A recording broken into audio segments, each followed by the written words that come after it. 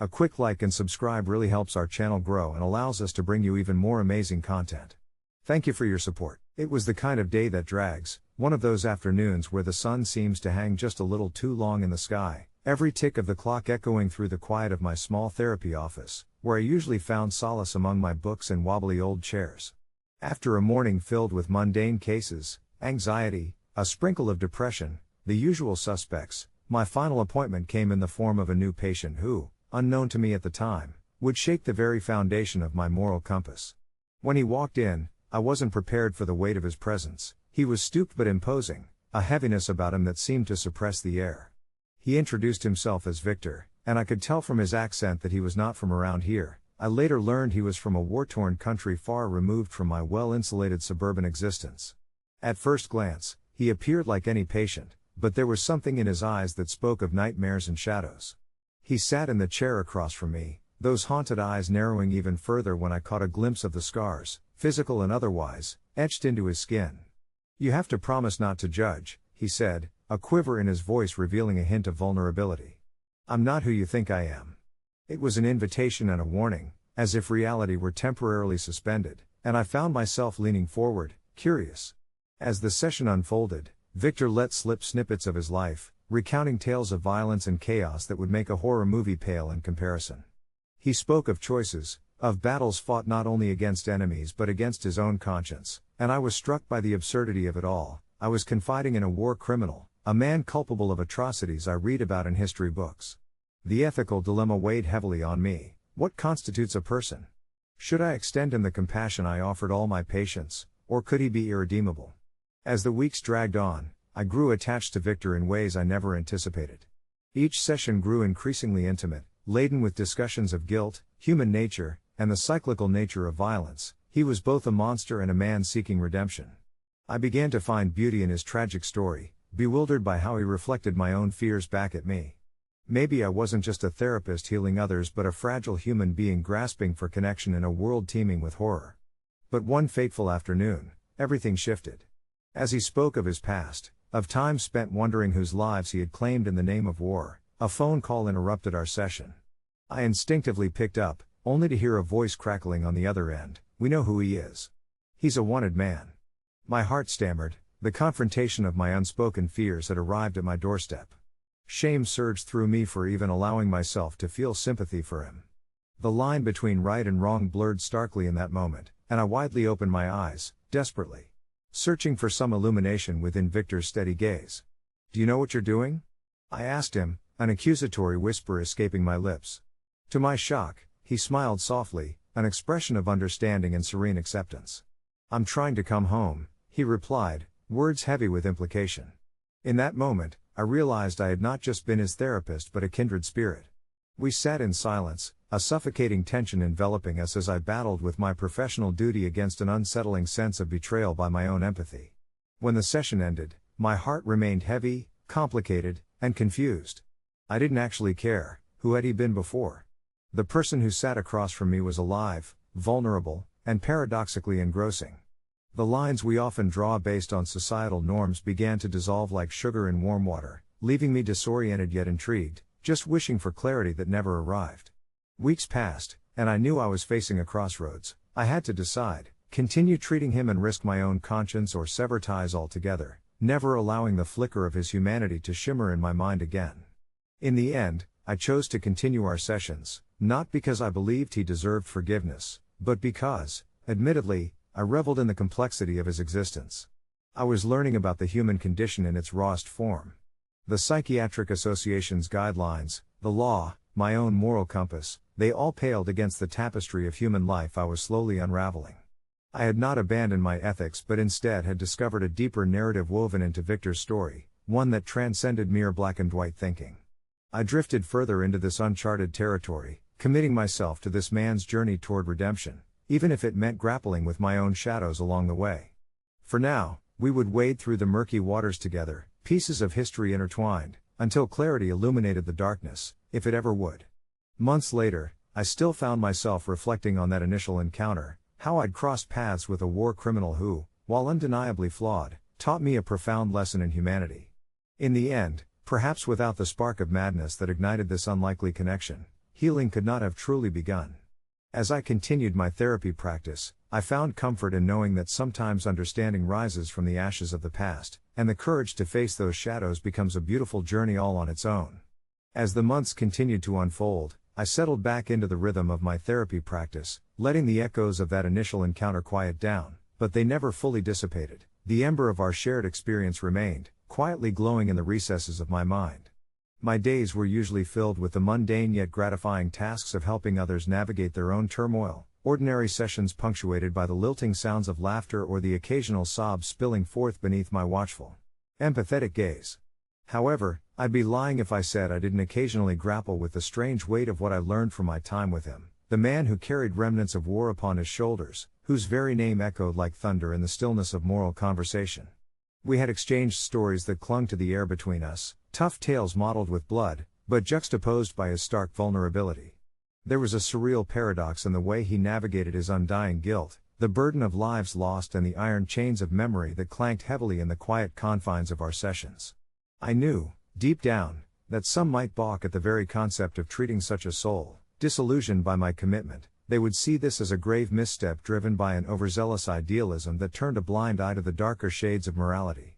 But for me, it evolved into a personal pilgrimage, peeling away layers to uncover something both terrifying and exquisite hidden within the human experience. Despite his history, I felt a task far greater than indictment rested upon my shoulders. It was about bridges and understanding, and the ache of recognizing that every antagonist could very well be a protagonist spun into the wrong story. The sun dipped low over the horizon in a golden farewell most evenings as I closed up shop, and each time I brushed past that creaky door, my thoughts would inevitably drift to him. That connection had shaped every earnest "how are you feeling?" and the gentle nudges toward progress I offered my clients. His haunting presence was like a ghost that had woven itself into the fabric of my life, an uninvited friend who refused to leave. Then came the day when he slipped back into my life, almost effortlessly, like the first drop of rain after a long drought. The clinic's phone rang with an urgency that promptly shattered my thoughts. I answered, only to hear his gravelly voice across the line, the kind that had once stuttered halting truths, now noticeably aged, echoing with fatigue. "I need to talk again," he said, a tremor in his tone, laden with either desperation or hope, perhaps both. My heart sank at the unease lining his words, a reminder of vulnerability sharper than glass. "Of course," I replied, a practiced calm enveloping my own bubbling uncertainty. "When would you like to come in?" We arranged for the next day, and as I hung up, the familiar anticipation flooded my veins, tangled with strands of anxiety. Despite all he'd shared, I wondered just how far the edges of his redemption could stretch. He arrived the following afternoon, a spectral sight clad in shadows and what felt like an ocean of burdens. We exchanged muted greetings, the weight of past sessions settling around us like an oppressive fog. I offered him a seat, the worn fabric whispering against the chair as he sank into it. His eyes were tired but kept alert, deeply searching as if willing me to see the fragments of a man who had been stripped down to the core. "I can't shake it," he admitted, his voice a raw whisper that sliced through the air. "The faces, the screams, they're all still there. I thought talking would help, but..." His words trailed off, leaving a palpable silence that bloomed between us. It felt familiar, each rhythm of his voice resonating with the resonance of our prior discussions, yet the frailness of his current state drew a stark contrast against the usually firm man before me. "I need a reason to keep going," he finally confessed, his anguish laid bare. It dawned on me then, the forgiveness he sought wasn't merely for himself, it was for the world outside, a world that had spun on without acknowledging the depths of his plight. I paused, crafting my words as carefully as a sculptor chiseling a marble block. "You've been through an unimaginable experience, and it's okay to grieve what you've lost, including parts of yourself." Encouragement was met with a deluge of bottled experiences spilling forth. He spoke of harrowing nights haunted by memories of despair and fleeting moments of humanity amid the devastation. It was an outpouring that spilled out over the juxtaposition of life and death, a hammer striking an already fragile heart. I listened closely, offering comfort and space for him to release his burdens. As he shared, I realized that my mere presence was creating a safe sanctuary for his pain. And in return, he was handing me insights into the complexity of humanity, the darkness intertwined with light, the monster wrapped in flesh yearning for understanding. The session meandered along the delicate threads of healing, and when it ended, a smile tugged at my lips. In that moment, what we found was shared resilience, a pact of empathy forged anew. As he walked out, lighter than when he entered. I felt our connection soothe my spirit. Outside my window, the sun dipped below the jagged edges of the horizon, casting everything in a glow that felt almost like fresh beginnings. Somehow, we had salvaged something vibrant from the depths, two souls crafted in fire, sharing an understanding that transcended mere shame or vilification. I knew then, in the ebbs and flows of life, we all carry shadows, but it's how we embrace the light that becomes the heartbeat of our stories. Months would pass again, but this wound would no longer press against the fabric of my soul. It was simply a reminder that healing takes many forms, and sometimes the bravest act one can perform is choosing to understand. It was early morning when I received the call that stirred distant memories, pulling me back into the realm of what had once felt like a fever dream. The familiar tone of my office phone cut through the stillness, echoing in the small, softly lit space where I often found respite among the flood of paperwork and therapy notes. The voice on the other end introduced itself as someone from the local clinic. A quick review of my ongoing cases had flagged some lingering concerns regarding one particular patient, Roberto.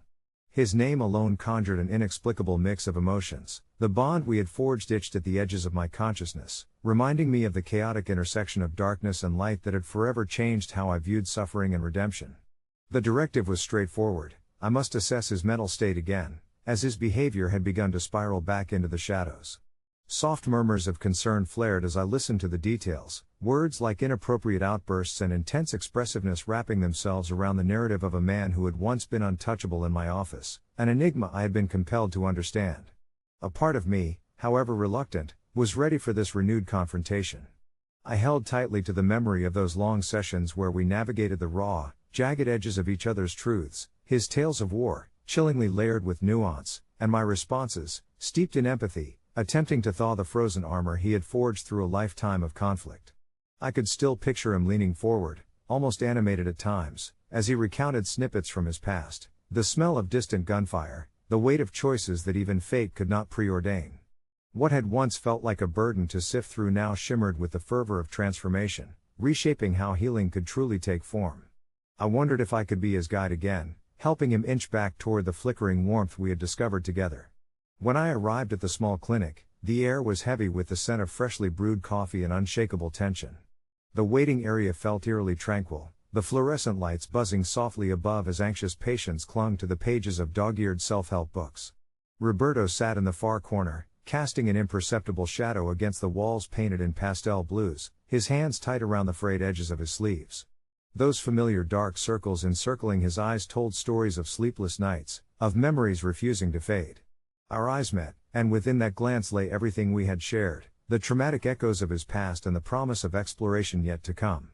The minute I took my seat across from him, the weight of those shared shadows enveloped us again, as immovable as the gravity of unspoken regret. "Are you all right?"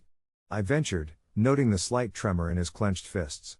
He drew a breath, deeply rooted in unease but tinged with resolve, a mix I had grown to recognize in our sessions. "Sometimes the past just doesn't want to stay behind," he replied, his voice gravelly yet strikingly sweet, like a stone plunged into murky waters, creating ripples of reflection. What followed encapsulated moments that were equal parts heartbreaking and enlightening. Stories tumbled out in jagged snippets, each revealing how the weight of his horrific choices felt heavier still in the light of accountability. As I listened, flashes of recognition flickered within me. All of us, in our own ways, were at war with ourselves, battling regret or shame, yet yearning for connection, a bridge between fractured histories and hope. With each session, I cherished the clarity that arose from our encounters, the understanding that slowly morphed from fear into acceptance, both for Roberto and myself. We weren't separate entities, we were interwoven vessels of experience navigating the escalating tide of emotions that threatened to drown us. He spoke of nights he couldn't close his eyes, of whispered faces that haunted him in fleeting dreams, yet with each confession, a pinprick of healing emerged, connecting us through shared vulnerability. One session melted into another, until bizarrely, the notion of guilt transformed into a raw, electrifying energy, less of an anchor and more of a compass guiding him toward understanding himself, even when he didn't completely believe the journey was justifiable. Months turned into a captivating rhythm of sessions, laden with profound exchanges of love, pain, and redemption. It became clear that he was beginning to redefine his narrative, weaving threads that had only previously been tainted in despair. Finding strength in the light, he learned to speak the truth while bearing that heavy weight, Each session felt like we were peeling back layers of a deeply rooted yet beautiful tapestry. I, too, was unearthing pieces of my own self in the process, questions of morality and humanity grappling within my mind, forging renewed perspectives while allowing empathy to flourish like newfound blossoms in early spring. The day he smiled, truly smiled, was etched like magic in my memory. I want to be better. His words fell like gentle raindrops on parched soil, nourishing the parts of him still yearning for acceptance. I nodded, my heart swelling with pride, for here was a warrior unarmed, wrestling the ghosts of a haunting past. Understanding no longer shackled him but inspired him instead. Yet, just when tranquility seemed to blanket our sessions, whispers of unrest emerged from the clinic, echoing through the hallways about a potential release for Roberto. I found myself at a crossroads, battling anxiety as the thought of him re-entering society and grappling with a world reluctant to embrace those who'd once held the weight of war upon their shoulders tugged at my heartstrings. What if this journey of healing, still so raw, was to be disrupted by a society unwilling to forgive? Each day turned into a nebulous haze where hope and dread revealed themselves as two sides of the same coin. I sought solace in my memories of our progress, yet uncertainty loomed like a storm cloud overhead. When the day finally arrived, and the clinic called me in for one last session before his departure, the room felt electric with unspoken farewells.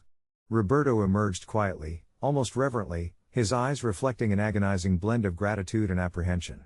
As we exchanged the final words, a small part of me clung to the idea that I might see him again, managing to insist on finding connection amid the chaos, willing to embrace the discomfort of disparity. As he stood to leave, our eyes met once more, and I could see it, the light flickering in the depths of his gaze, the will to carry the lessons we had unearthed in the sacred space we'd nurtured. No matter where you go, just remember to seek understanding, I said softly. Theirs was both familiar and alien, intricate tapestries made from war and healing, woven together. Months later, the world beyond the clinic hummed with its relentless rhythm, and I reveled in the quiet strength that silently fortified my practice and life. Healing is indeed a labyrinth, I mused, entwined within shadows and light, and as I reflected on the journey, I realized that sometimes the most painful paths illuminate truths long buried, waiting to re-emerge, the enduring truth that every heart holds the universe of battles fought and emotions shared. Perhaps the real journey lay not solely in the act of healing but in the unwavering spirit that rises, ready to embrace love and connection, even in the wake of madness. The sun was dipping below the horizon as I sat on my porch, a cup of chamomile tea warming my hands and the gentle rustle of leaves filling the quiet air. It was one of those evenings when the world felt still, a perfect backdrop for the thoughts swirling in my mind about my sister, Kathy, and her unusual fixation on her new child. She had been so ecstatic when she announced her pregnancy, and even now, weeks after little Milo's birth, the whole family was under the spell of this newborn. Everyone, it seemed, except me. As I sipped my tea, I couldn't shake the feeling that something was off, not with Milo, but with the way Kathy was treating him. The moment I stepped into her house for the first time post-delivery, I was hit with a wave of bizarrely exaggerated decor dedicated to him. Photos plastered across the walls, his name in neon lights above a crib that seemed more like a museum piece than a place for sleeping.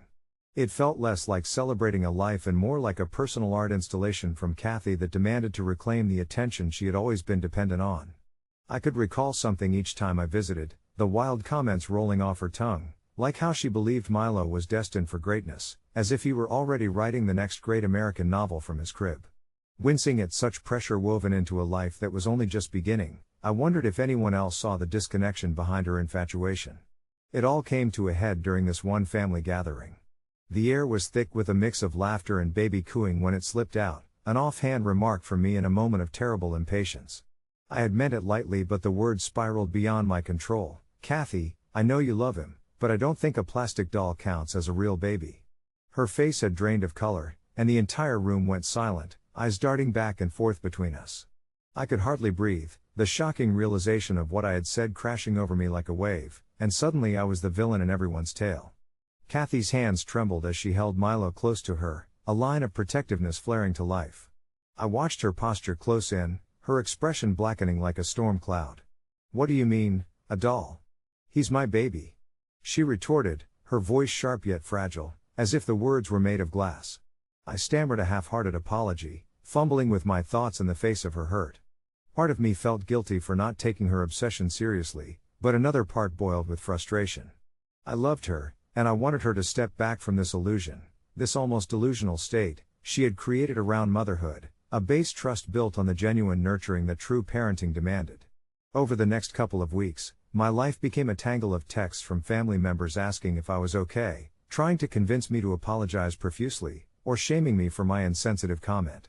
Meanwhile, Kathy retreated into herself, avoiding me during family dinners, which just made the entire situation more awkward.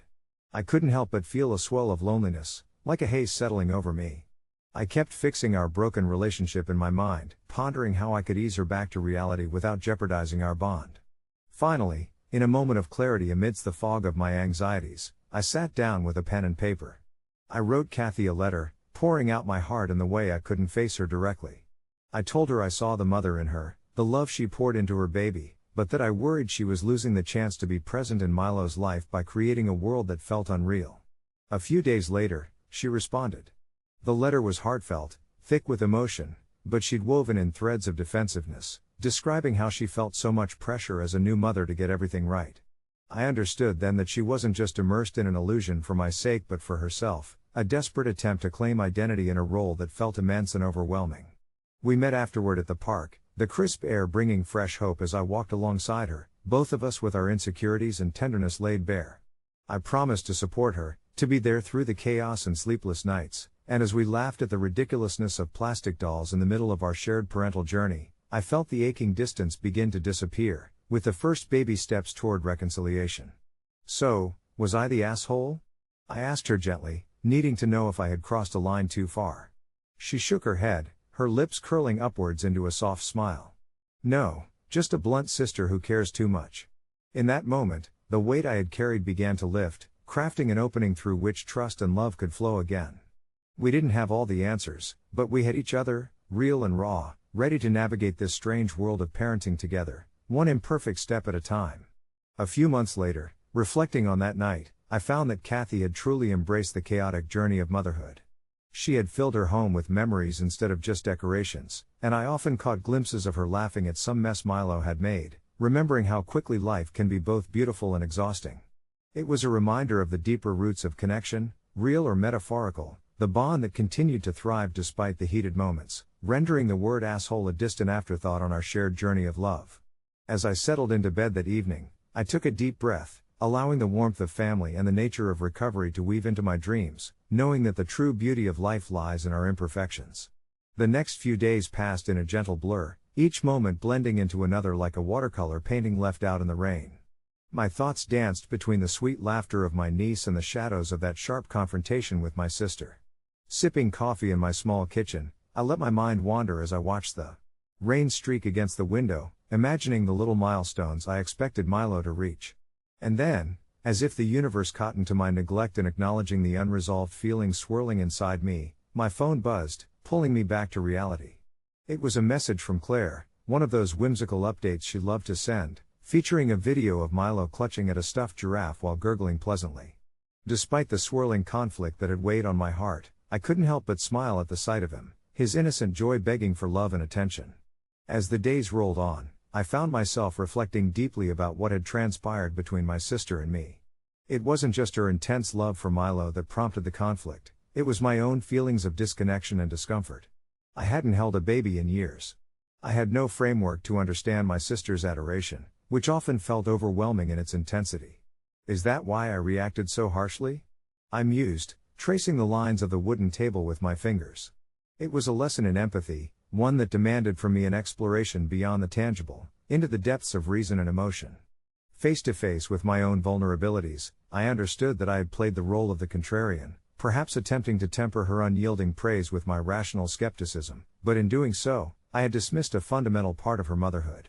Later that week, I decided it was time to extend the olive branch, realizing that this misunderstanding could easily fracture our close-knit bond if left unaddressed.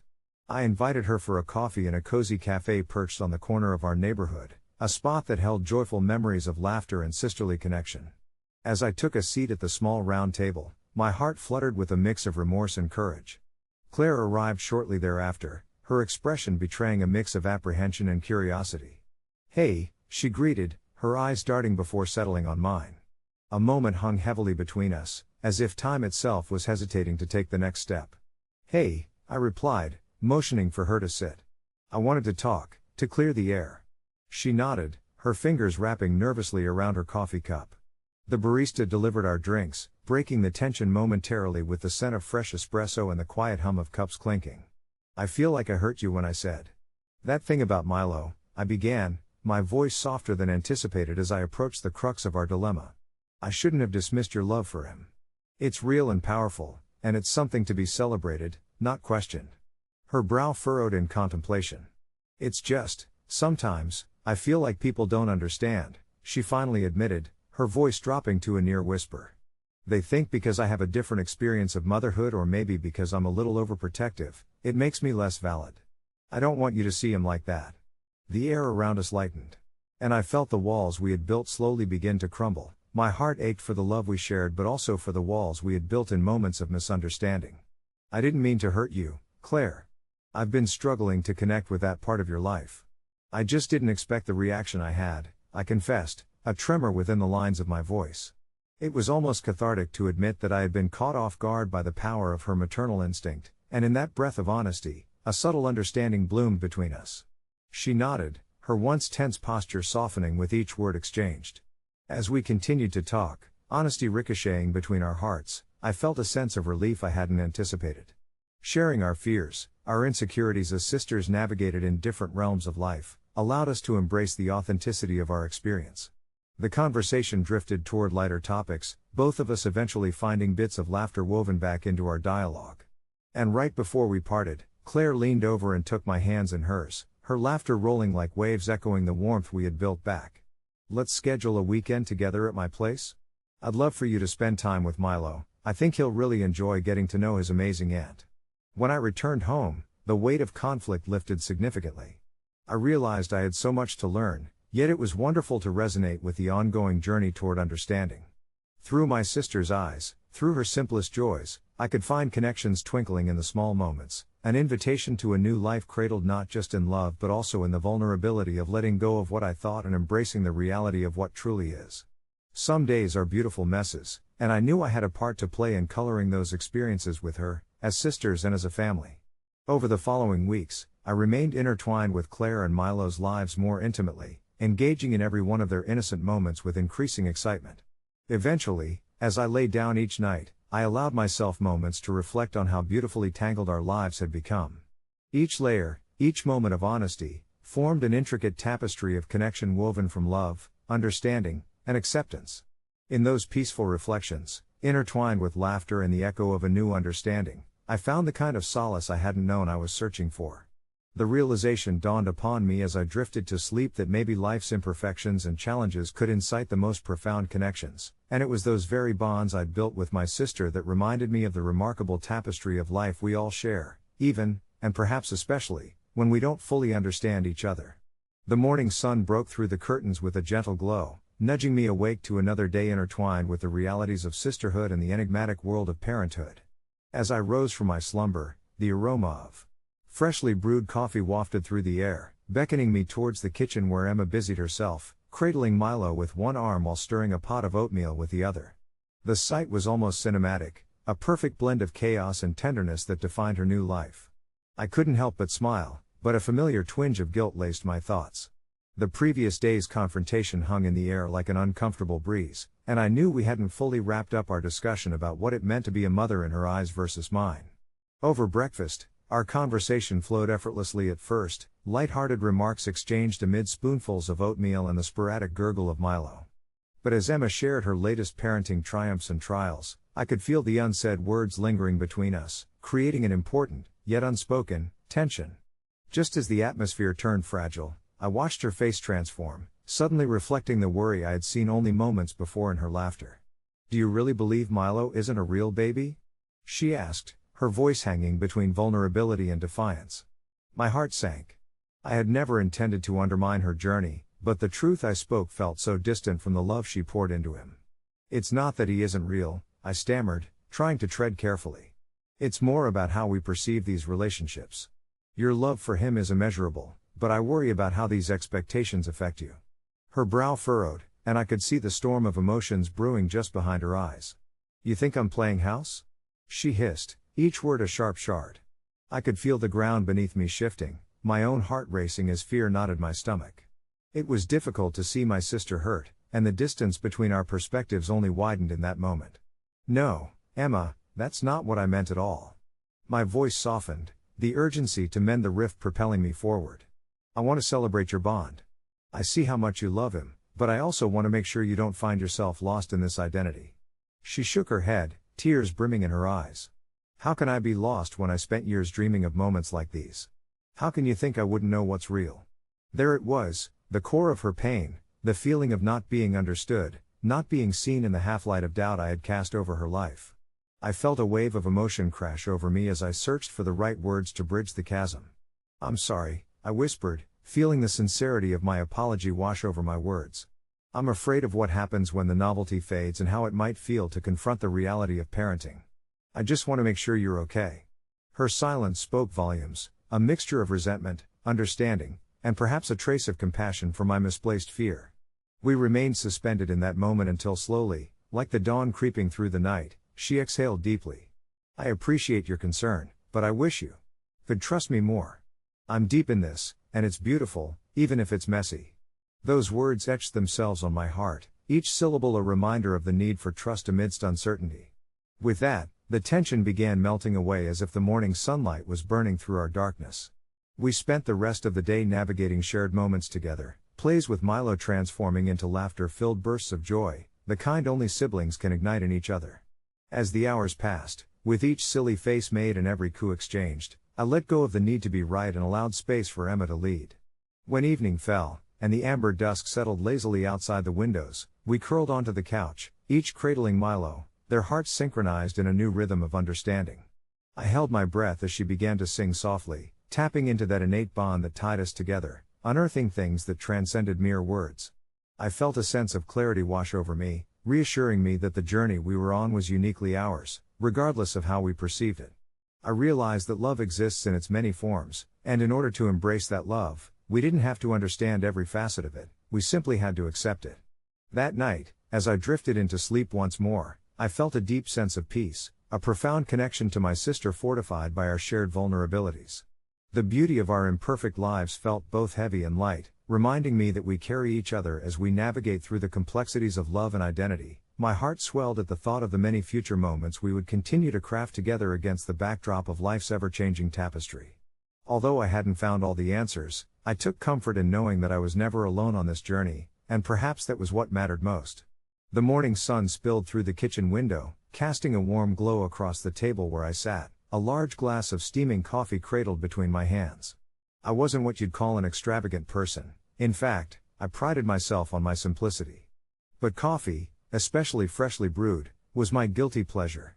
It was the one indulgence I allowed myself in the otherwise orderly chaos of my life as a 31-year-old school teacher. My sister had dropped off my 8-year-old nephew, Jonah, for the weekend, as she often did when she needed a break, and while I adored the little guy, he could be a handful. Just that morning, as I indulged in my first sip of the rich, dark brew, Jonah peeked out from behind the living room couch, his eyes wide and filled with the innocent curiosity that made parenting both a joy and a challenge. I was aware of the rules around kids and caffeine. My sister often had gentle reminders about the dangers of caffeine for young ones like Jonah, yet I folded inwardly and thought about how I could have such a small moment to myself without feeling guilty. The coffee would surely not do him any harm if he just admired it from a distance, right? So there I sat, savoring that warmth, allowing myself to enjoy a moment of solitude amidst the weekend's planned chaos. As the rich scent twisted through the air, I heard Jonah's little feet skip closer, his eyes darting back and forth like he was deciding whether to venture deeper or stay put. "Aunt Mia, can I have some?" he asked, and I froze for a moment, the notion of sharing my coffee appalling yet amusing at the same time. Jonah, with his chocolate brown curls and cherubic face, gave me that hopeful gaze, and in that moment I felt the tug of decision weighing on my heart. On one hand, I wanted to tell him no, a responsible adult's instinct kicking in, fearing the rush that could send him bouncing off the walls and ruin our calm Saturday morning. But on the other hand, there was a certain sweetness and nostalgia tethered to my own childhood memories of adult behavior, a notion that adults had a magical drink that captivated and contented them. Just a little sip, I finally relented, pouring a single, cautious teaspoon into a small cup, the aroma rich and inviting. I watched as he took the cup in both hands, lifting it to his lips with a serious focus, and for a brief moment, I felt a sense of triumph, as if I had shared one of my cherished rituals with him, bonding beyond the usual aunt-nephew facade.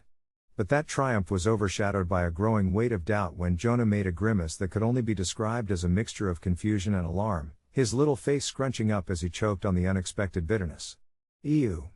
That's gross," he exclaimed, immediately setting the cup down, and in that moment, I felt my heart sink. Embarrassment washed over me like a wave. Had I really just given my nephew coffee? What was I thinking? Guilt settled uncomfortably in my stomach, reminding me of the rules I had so carelessly brushed aside.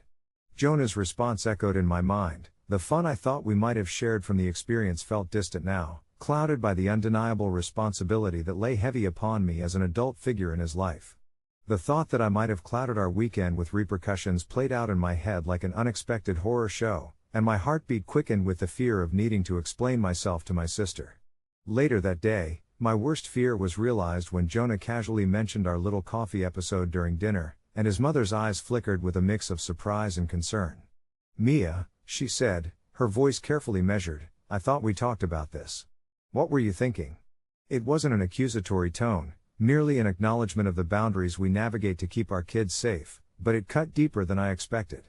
I introduced tension into a lively Saturday dinner, and guilt washed over me anew as I tried to defend my actions, explaining my reasoning, but it felt flimsy even to my own ears. The words stumbled out. Maybe I had been foolish, seeking to connect through something that, in hindsight, was never meant to be shared. I could feel my heart racing, the apprehensive air pooling around us in palpable silence as my sister measured her next words carefully. After the initial tension faded, the conversation softened, allowing me a moment of reflection. They say being a parent is full of mistakes, and I had just stumbled into mine, with a mere glass of coffee. Nevertheless, I was determined to learn from it, to be mindful of the small pleasures that should remain mine alone, while still being the aunt who brought joy. I wrapped up the evening by redirecting our focus to the cookies we made together earlier that day. It felt good to laugh and create new memories. As I put Jonah to bed that night, he clung to the memories of cookies and stories, the earlier incident slipping into the backdrop of laughter as if it had never happened. I tucked him in, kissed his forehead, and whispered an unspoken promise to myself that I would let the adults indulge, share the experience, yet hold to the boundaries that protected the innocence still residing in young hearts. A few weeks passed before I felt the urge to update on the timing of our coffee incident, one night after a large family gathering. Jonah, unwittingly overheard commenting to his mother about wanting to try coffee again when he grew up, brought an unexpected smile, tinged with regret, to my face. My sister looked at me with that knowing smile, a mix of affection and teasing that told me she understood I was learning from this, an aunt who cared deeply, yet found herself navigating the sometimes tumultuous waters of an alternative relationship. "Maybe just wait a few years, huh?"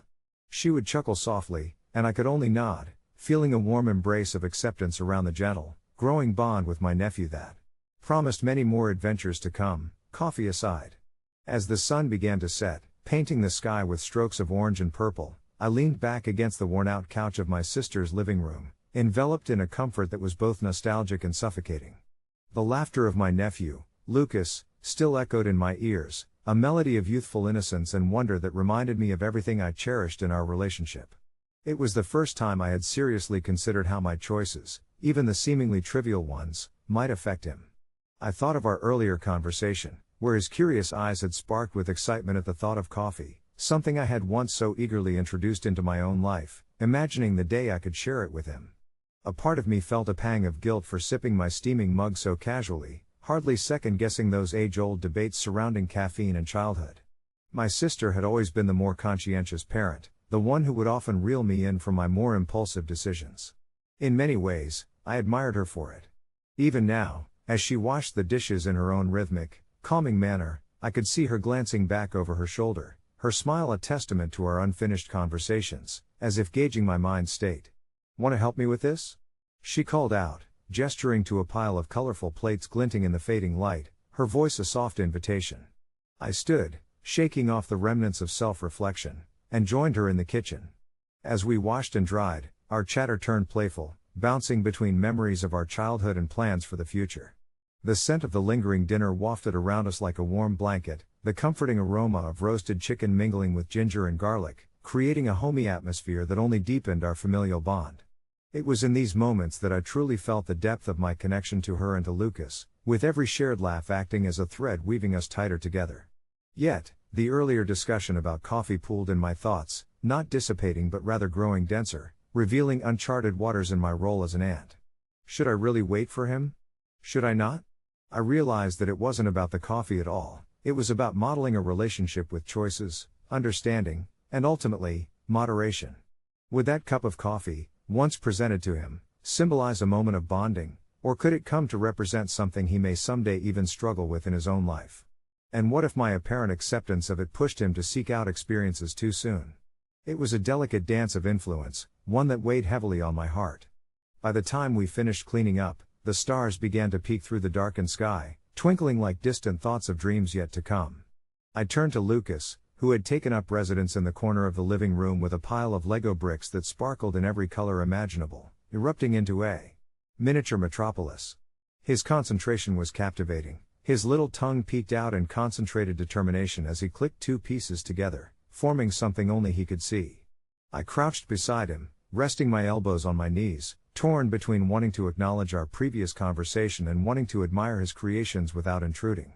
"What are you building?" I asked, genuinely intrigued. He paused for a moment, glanced at me, and in his innocent wisdom replied, "A cafe. You can have coffee there, and I'll have lemonade. Maybe after we finish building, we can have a pretend coffee party." That beautiful blend of imagination and earnestness brightened my heart. His words shifted my perspective entirely. Instead of thinking about coffee as a potential source of conflict, I started to envision it like this magical centerpiece of an adventure, one where we could share not just drinks but laughter, stories, and dreams.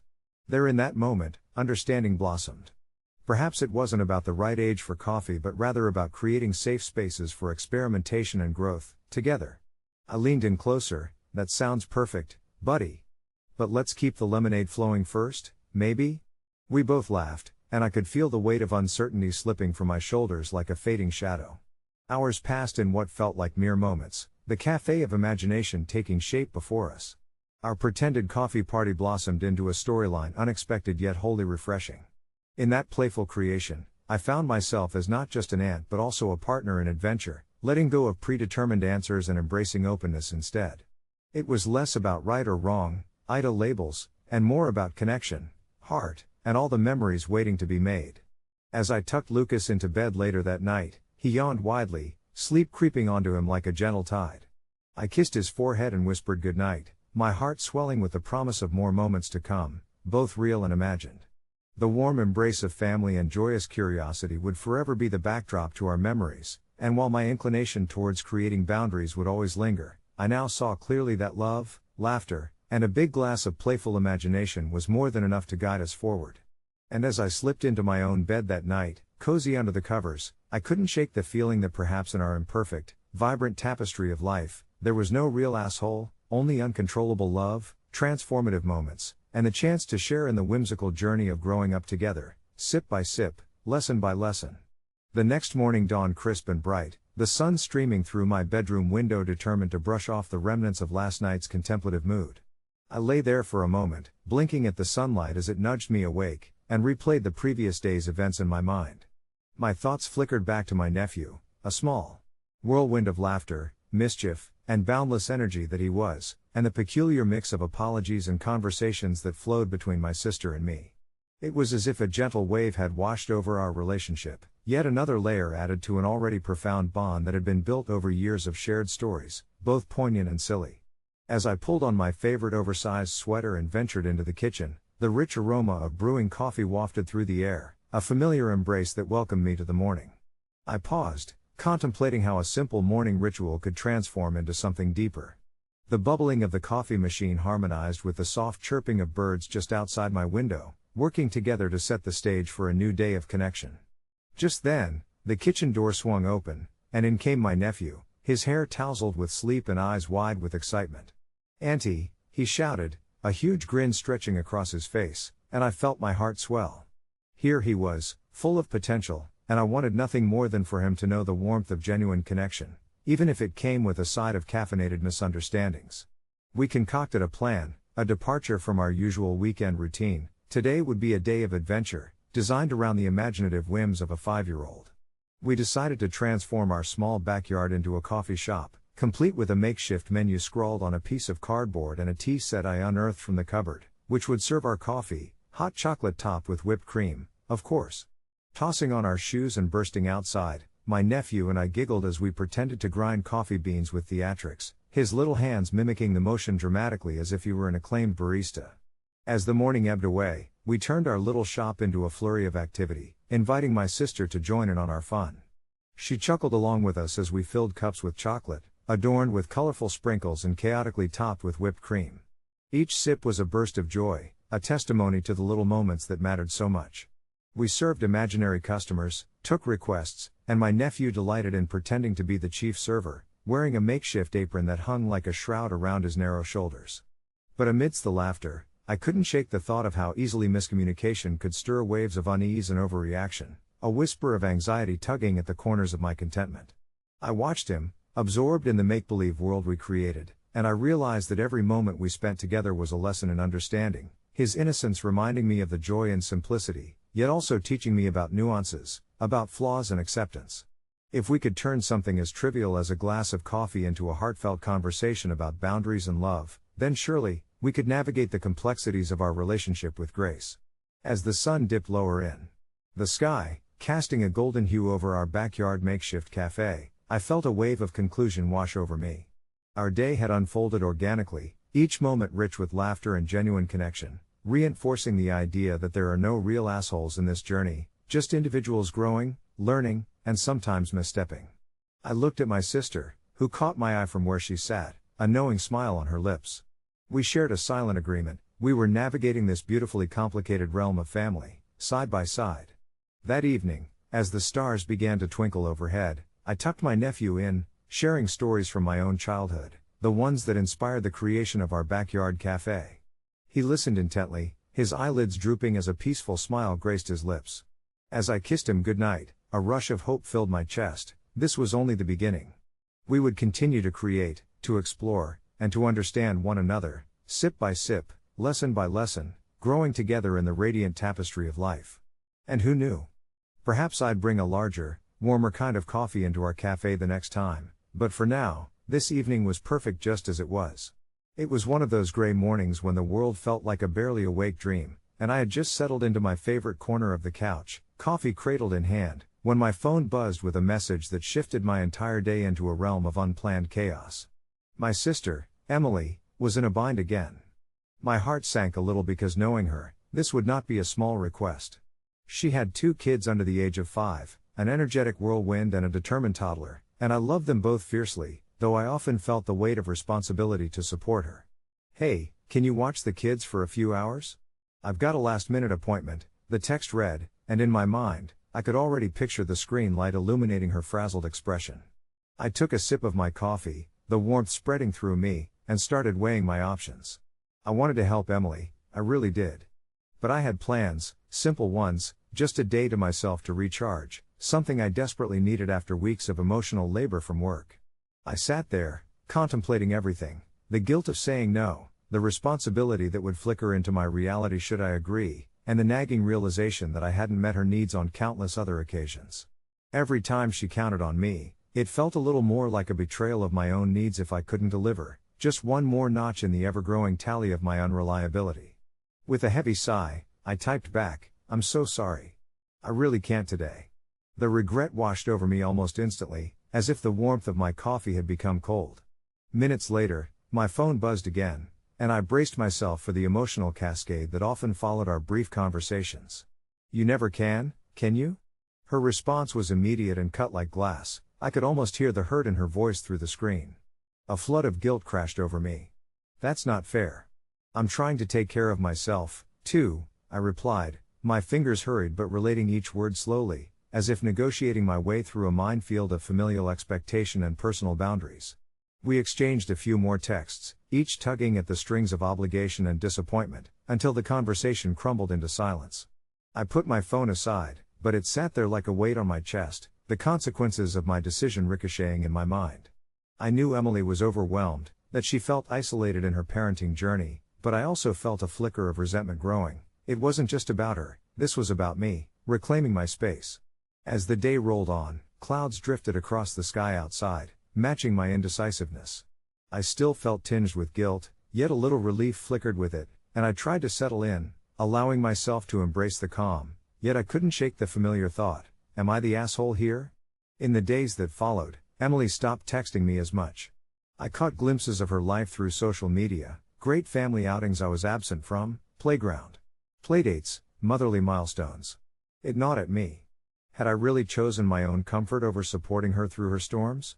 One late afternoon, as autumn leaves began swirling down like soft whispers outside, I decided to confront my feelings.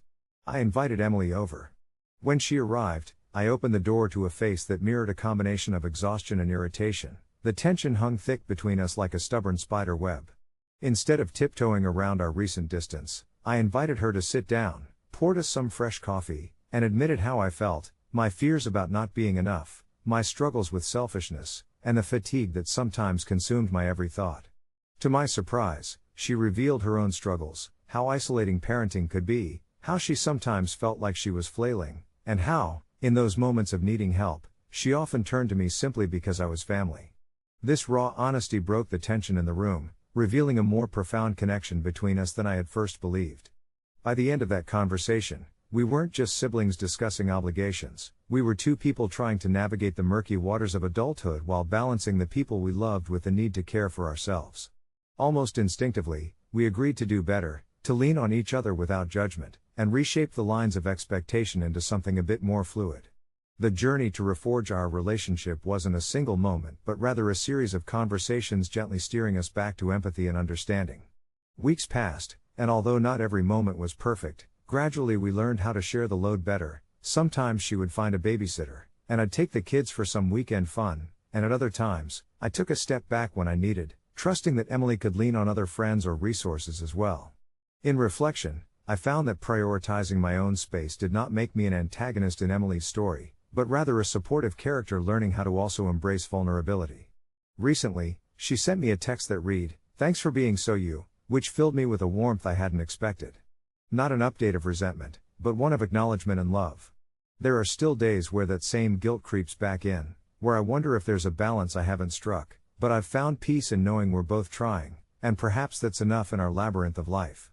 As I settled into bed that night, the soft glow of my bedside lamp casting a calming light over the stacks of books lining my shelves, I reflected on the journey I had taken with my sister, Emily. That text she sent a few days ago, "Thanks for being so you," felt like a lifeline thrown to me in the turbulent waters of familial expectations and personal limitations. It was a stark contrast to the earlier exchanges we had, when my attempts to carve out my own space in life often clashed with what she deemed necessary, especially as a single mother juggling the demands of work and parenting. I thought back to the times when my refusal to step in as a backup babysitter left her frustrated, and I could almost feel the weight of unspoken words hanging between us. But how could I have been her safety net when my own foundation felt shaky, working through my goals while navigating an ever-evolving sense of self? I learned that while my role was to support, it wasn't to stretch myself so thin that it risked fraying everything I had worked so hard to build. As the light of day dimmed, I listened to the soft hum of the world outside my window, a calming backdrop that echoed my thoughts. Each car that passed, each distant bark from a neighbor's dog, reminded me of the life swirling around me, full of responsibilities and the comforting chaos of family ties. Despite my internal struggles, I tried my best to communicate with Emily, to be honest about where I was emotionally. I remembered the awkward but necessary heart-to-heart we had, sitting on her living room couch surrounded by crayon drawings and scattered toys, an oasis of her life's beautiful mess. I could almost laugh at how we both fumbled with our words, wanting to express our love without resentment spilling out, but eventually, the floodgates opened, and we found grounding in mutual support. Our relationship became a tapestry woven with understanding and adjustment. Each thread was a decision not made in haste but rather inspired by the hope that our bond could foster growth in both our lives. I couldn't always be the safety net she hoped for, but I was willing to be her cheering section, the one who brought a batch of homemade cookies when she was drowning in laundry or offered to listen to her rants about an exhausting day, reminding her to breathe through it. That text was more than gratitude. It felt like we were negotiating contracts of care instead of burdens of obligation, which was liberating in its own right. Now that tranquility rested in the acknowledgement of our roles, I felt lighter despite the hints of apprehension that occasionally lingered in my heart. Closing my eyes, I drifted into a dream where we freely shared laughter and affection without the shadows of guilt haunting our corners. It was both nurturing and freeing, a reminder that as we navigate our labyrinth, it could be filled with the joy of discovery rather than the weight of expectations. Whenever I woke to whispers of doubt, I'd pull that text from the recesses of my memory. Thanks for being so you. It became my mantra, a gentle nudge to remind me that sometimes, just being there authentically is enough to stitch the frayed edges of our connection back together. And perhaps, in the quiet lessons learned through this journey, we both were becoming stronger characters in our intertwined stories, navigating the winding paths and discovering the beauty in our vulnerabilities. As I settled into this newfound understanding of our relationship, I began to embrace the small moments between Emily and me with a deeper appreciation. It was during one of these moments, a lazy Sunday afternoon, that I found myself sprawled out on the couch, a warm mug of chamomile tea cradled in my hands while rain pattered softly against the window. Emily had come over with her daughter, 4-year-old Mia, a lively bundle of energy who could simultaneously brighten the room and leave it in delightful chaos. Mia, with her wild curls bouncing and eyes sparkling with curiosity, flitted around, exploring the various knickknacks that adorned my shelves. I watched her from my cozy spot, a gentle smile on my face, as Emily sat cross-legged on the floor, her fingers moving skillfully to thread colorful beads onto string for an arts and crafts project they had spontaneously decided upon. The dull thrum of guilt that had followed me like a shadow began to dissipate as my sister and her daughter filled the living room with laughter. Emily glanced up occasionally, her expression soft with gratitude as if to say, "Thank you for opening your space to us." I could see the way Mia's cheeks glowed with excitement and how careful she was in choosing the next bead, pondering the shades and textures with an artist's precision. In that moment, my heart swelled. I realized that being present didn't always mean sacrificing my own needs. Sometimes, it meant simply allowing space for love to flow, like the colors of beads stringing together into something beautiful. As the afternoon wore on, the rain transitioned from a gentle sprinkle to a full downpour, and with the sound of rain drumming against the roof, we retreated to the kitchen, a familiar laughter mixing with the aroma of cookies baking in the oven. I knew I had nothing planned beyond the two of them being there, and as I gathered the ingredients, flour, sugar, chocolate chips, and an old, well-loved mixing bowl, I felt a surge of happiness. A quiet sense of belonging washed over me, and I couldn't help but think that this was precisely how connections could mend, through shared experiences, laughter, and the simplicity of being together.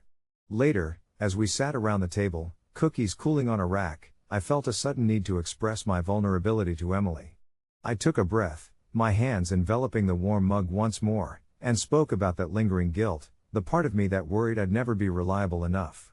I confessed that while I loved them both dearly, I sometimes felt like I was failing at being a sister and an aunt. Emily listened, her brow furrowing slightly, the afternoon light casting gentle shadows across her face. When I finished, a weight lifted, revealing a tender side of our relationship, the understanding that came from sharing. "Hey," she said softly, "we're both learning as we go. I don't expect you to be my safety net, and I'm sorry if I've ever put that pressure on you." Her words washed over me, a balm to my soul. In the days that followed, our bond deepened. Further. From impromptu movie nights to phone calls that stretched late into the night fueled by wine and laughter, I noticed a shift. The overwhelming fear of inadequacy loosened its grip on me, revealing an openness that allowed us both to express our needs without fear of judgment. It was liberating, a dance under the stars of empathy, where we both hesitated and stumbled yet continued to step in time. When Emily called one day, her voice edged with excitement, I hadn't expected her to ask for my help more intentionally. "I have a conference next week, and I need someone to watch Mia, would you consider it?" I felt a surge of panic at the thought of being responsible for a child, but then I remembered how far we'd come. "I'd love to," I replied, my voice steadier than I felt. The birth of that new chapter in our sibling relationship transformed the tension into anticipation. The day arrived, and I found myself preparing my modest apartment for Mia with the fervor of a holiday preparation. I can still hear the muffled sound of her laughter echoing down the hallway when she arrived, her tiny shoes squeaking against the floor bringing a warmth to my heart. For the next 2 days, our lives became one joyous whirlwind of crayons, storybooks, and creative messes, reminding me that while I may not have been the most traditional caretaker, I could still be present, still be significant. On the last evening of her stay, Mia and I found ourselves on the floor, surrounded by a halo of half-finished drawings and toys. She looked up at me, her big brown eyes wide with wonder, and asked, "Can we stay like this forever?" Her innocence stung my heart, a reminder of the fleeting nature of childhood innocence. Embracing her just for that moment seemed like a promise to always be a part of her life. Once Emily returned, her face carried both weariness and joy, and when she saw the chaos of toys scattered around, she raised an eyebrow playfully. "Did you survive?" I laughed, realizing that the laughter woven through those brief days had created a tapestry of memories neither of us could have anticipated. That feeling of warmth swelled again as Mia clung to my legs, reluctant to leave, and her pleas were enough to keep my spirits high. As I waved them goodbye, a sense of bittersweet nostalgia settled over me. I thought of that earlier text, a digital reminder of acceptance, and I embraced the space we'd created together. Our labyrinth was no longer just filled with turns and obstacles but rich with color, unspoken love, and the assurance that we were both persistent travelers, constantly rediscovering each other, one cookie and laughter-filled day at a time. And with every twist, every pause we took, I understood that we weren't just making it through, we were crafting the story of us, a story worth telling for years to come.